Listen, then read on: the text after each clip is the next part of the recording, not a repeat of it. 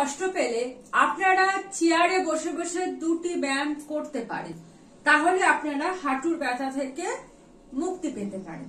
কি করতে হবে?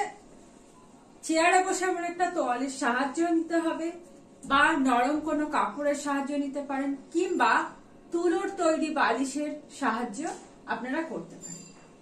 আপনার যে পায়ে ব্যথা আছে তার নিচে এইভাবে তোয়ালিটা দিয়ে দেবেন।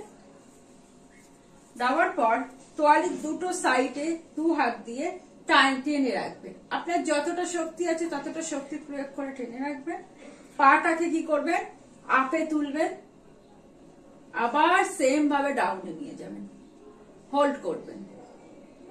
ডাউনে নিয়ে গিয়ে 10 সেকেন্ড হোল্ড করবেন। সেম পজিশনে আপে তুলে 10 সেকেন্ড হোল্ড করবেন, হাতটা ভাবে টেনে রাখবেন। দুটি পায়ে ব্যথা থাকলে সেম ভাবে আপনারা 20 কাউন্ট করে নেবেন। 2 নম্বর যেটা দেখাবো, ফোল্ড করে নেবেন, রাখবেন, হাত দিয়ে এইভাবে টাচ করে ধরে রাখবেন, পায়ের সাথে শক্ত করে ধরে রাখার পর আপ এন্ড ডাউন। এটাও আপনারা বাড়িতে 20 বার করে নেবেন। সেম ভাবে দুটি পায়ে করবেন। এটা যদি আপনারা রেগুলার বাড়িতে প্র্যাকটিস করেন তাহলে হাঁটুর ব্যথা অনেকটাই কমবে।